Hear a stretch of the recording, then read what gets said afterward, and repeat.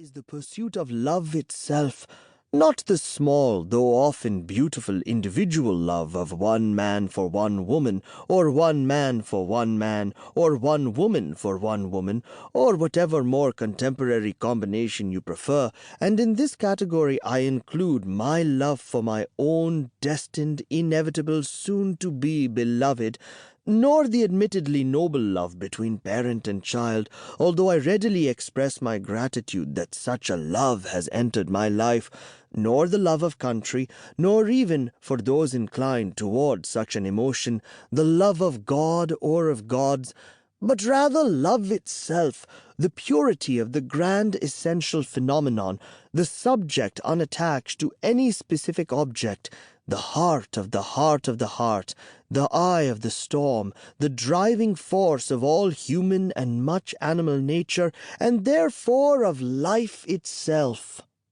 One's goal is the shedding of mental obstacles that prevent one from being flooded with the glorious universal, love as being. It is a goal, therefore, that requires of us the absolute and irreversible abandonment of reason, for love is without reason, above it and beyond it. It comes without a rational explanation and lives on when there is no reason for it to survive. It was morning in the Billy Diner, Tulsa's go-to for breakfast, and he had ordered green eggs and ham. Sancho got involved with a big plate of huevos rancheros. They looked ordinary, an older guy and his son, or maybe even grandson, eating an unsurprising morning meal, but they were attracting attention. It was as if, Sancho thought, that white lady's pointing finger had put the mark of Cain on them both, and now, wherever they went, there would be suspicion and hostility. Until this point in his brief life, he had not thought of himself as other, as worthy of disapproval simply by virtue of being who he was.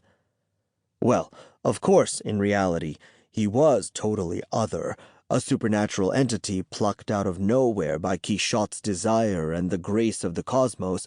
He was as other as it was possible to be, but that wasn't the other these people were disapproving of, the other toward whom the white lady had pointed that accusing finger.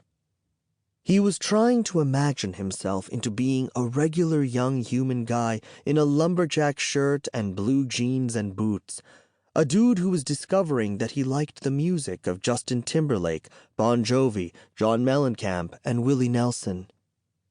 He did not like hip-hop or bhangra or sitar music or the blues. He liked Lana Del Rey. But he was learning for the first time the potentially lethal otherness of the skin. "Keep your voice down," he said. "Everyone can hear you." When Quichotte adopted his declamatory manner to pontificate on whatever was on his mind, his voice frequently rose to public meeting levels, a fact of which he was happily unaware. The diner was not crowded, but those eyes that were there to see turned in his direction, those ears that were there to hear involuntarily heard what he had to say, those mouths that were not full of food were saying things that weren't quite loud enough to hear, and those foreheads that were there to frown crumpled into uncomprehending, but nevertheless inimical, folds. "Listen to me," Sancho whispered urgently. "Eat up and let's go. They are looking at us like we're ghosts, by which I don't mean that we're invisible, more that we're spooking them. We're the kind of ghosts people want to bust. Because we're here, they think the diner is a haunted house. You can see it in their eyes. Where's Bill Murray when you need him? That's what they're thinking. Maybe we need to get out of the red states, you know what I mean? What's the nearest blue state? Maybe let's go there." There were moments when Quichotte seemed to be living in a dream, oblivious to his surroundings. Sancho, for all his fictionality, at such times felt like he was the real person and Quichotte the figment.